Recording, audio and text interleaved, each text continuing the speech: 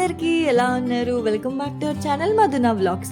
ఈరోజు ఎంతో టేస్టీ అయిన కొబ్బరి అన్నం ఎలా చేయాలో నేర్చుకుందాం, వచ్చేయండి. నేను 1 గ్లాస్ ఆఫ్ రైస్ తీసుకుంటున్నా కాబట్టి 3 medium size of onions cut చేసుకుంటున్నా. ఏంటి ఇంత పెద్ద పీసెస్ కట్ చేస్తుంది అనుకుంటున్నారా? మీరు రైస్తో తింటున్నప్పుడు ఆనియన్స్ తగులుతూ ఉంటే టేస్ట్ బాగుంటుంది, మీరు కూడా ట్రై చేయండి.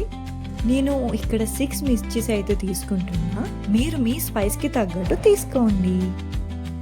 నేను కొబ్బరి తురుము తీసి పక్కన పెట్టుకున్నాను. సో ఇప్పుడు దాంట్లో 2 గ్లాసెస్ ఆఫ్ వాటర్ వేసి బాగా మిక్సీ చేసుకున్నా. మీరు కావాలంటే డైరెక్ట్గా పీసెస్ని కూడా మిక్సీ చేసుకోవచ్చు. 1 గ్లాస్ ఆఫ్ రైస్ తీసుకుంటున్నా కాబట్టి 2 గ్లాసెస్ ఆఫ్ కోకోనట్ మిల్క్ తీసుకోవాలి. నేను క్లాత్ యూజ్ చేసి కొబ్బరి పాలను సెపరేట్ చేసుకున్నా, మీరు కావాలంటే స్ట్రైనర్ కూడా యూజ్ చేయొచ్చు. పాన్ బాగా హీట్ అయ్యాక 1 టేబుల్ స్పూన్ ఆఫ్ నెయ్యి వేసుకొని అండ్ కొంచెం ఆయిల్ కూడా యాడ్ చేసుకొని హీట్ అయ్యాక కాజు వేసి ఫ్రై చేసుకొని పక్కన పెట్టుకోవాలి. తరువాత 5 to 6 లవంగాలు, ఆనియన్స్, పడిపోయిన ఆనియన్ని ఇగ్నోర్ చేయండి. మిర్చీస్ వేసుకొని ఆనియన్స్ పింక్ కలర్ వచ్చేంత వరకు ఫ్రై చేసుకోండి. మనలో చాలా మందికి ఆనియన్స్ ఫ్రై అయ్యే వరకు వెయిట్ చేసే ఓపిక ఉండదు కదా, సో అందరూ యూజ్ చేసే టెక్నిక్కే కొంచెం సాల్ట్ యాడ్ చేస్తున్నా త్వరగా ఫ్రై అవ్వడానికి.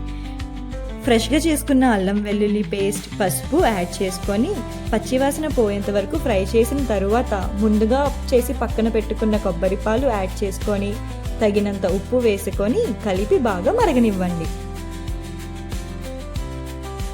ఆ తరువాత కడిగి పక్కన పెట్టుకున్న రైస్ యాడ్ చేసుకొని ఒకసారి కలిపి లిడ్ పెట్టి ఉడకనివ్వండి.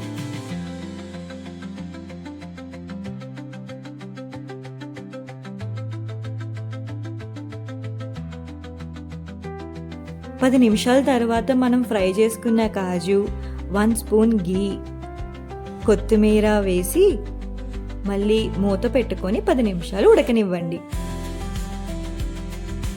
మా ఫ్రెండ్ ఎప్పుడెప్పుడు 10 నిమిషాలు అవుతుందా అని వెయిట్ చేస్తుంది. అంతే, ఎంతో టేస్టీ అయిన కొబ్బరి అన్నం రెడీ అయిపోయింది.